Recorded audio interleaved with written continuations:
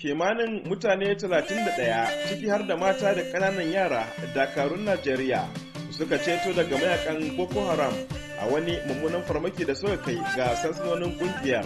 Hedikwatar sojojin Najeriya ta bakin babban jami'in sadarwa mai kula da aikace-aikacen hedikwatar sojan Kanar Aminu Ilyasu ya ce dakarun sun yi amfani da kuraman jirage marasa matuƙa ne inda aka gano wani babban sansanin 'yan Boko Haram.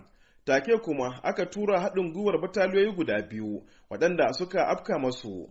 Sojojin waɗanda ba su fuskanci wata turjiya ba sun yi raga-raga da sansanonin tare kuma da kwato mukamai iri daban-daban da ma harsasai masu yawan gaske baya ga ceto waɗancan mutane guda 31. A baya-bayanan dai babban kwamandan runduna ta 7 da ke yaƙi da Boko Haram, General Abdul Khalifa Ibrahim, ya nanata shirin su na shiga farautar mayakan na Boko Haram a duk inda suke a cikin dazukan. Mun san cewa muna samun wannan matsala da 'yan Boko Haram, to za mu ƙara gyara yadda muke wannan yakin. Mu dan canja dabarun yakin, mu ga yadda za mu ɗauki wannan yakin mu kai wannan mutanen da su. A 'yan tsakanin nan dai mayakan Najeriya sun ragargaji 'yan Boko Haram a wurare kamar su Cross Kawa, Malam Fatori, Daral Jamal da sauran wurare. Irin wannan hoɓɓasa dai na dakarun Najeriya, in ji wani mai sharhi kan al'amuran yau da kullum, Malam Ibrahim Muhammad Damaturu, abin a yaba ne, amma akwai ƙarin abin da ya kamata su yi. Ko ma ba su ce sun samu nasara ba, ai mun tabbatar an samu nasara tun da dai ga mu a zaune a gidajenmu,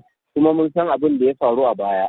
Mu a eriyar mu kaman jihar Yobe nan, mu abin da muka fi bukata shine mutanen nan kar ana bari sai sun zo ko sai an ji labarin suna zuwa sannan a fita a tare su da mu ba. Muna ga inda za a yi gangan ku a je a bi su inda suke, tunda kowa ka tambaya ya san, ko ba a san tentatively ga gurin da suke ba, amma an san location din, an san ta wani jiha suke kullowa, an san ta wani bangare za a iya zuwa a yi musu kofar rago ko ma a je a far musu mana da kowane irin karfi da za a yi tanadi. In an je an far musu mai yiwuwa an dace ya zama wannan abu an yi shi ma karo ɗaya an gama da shi.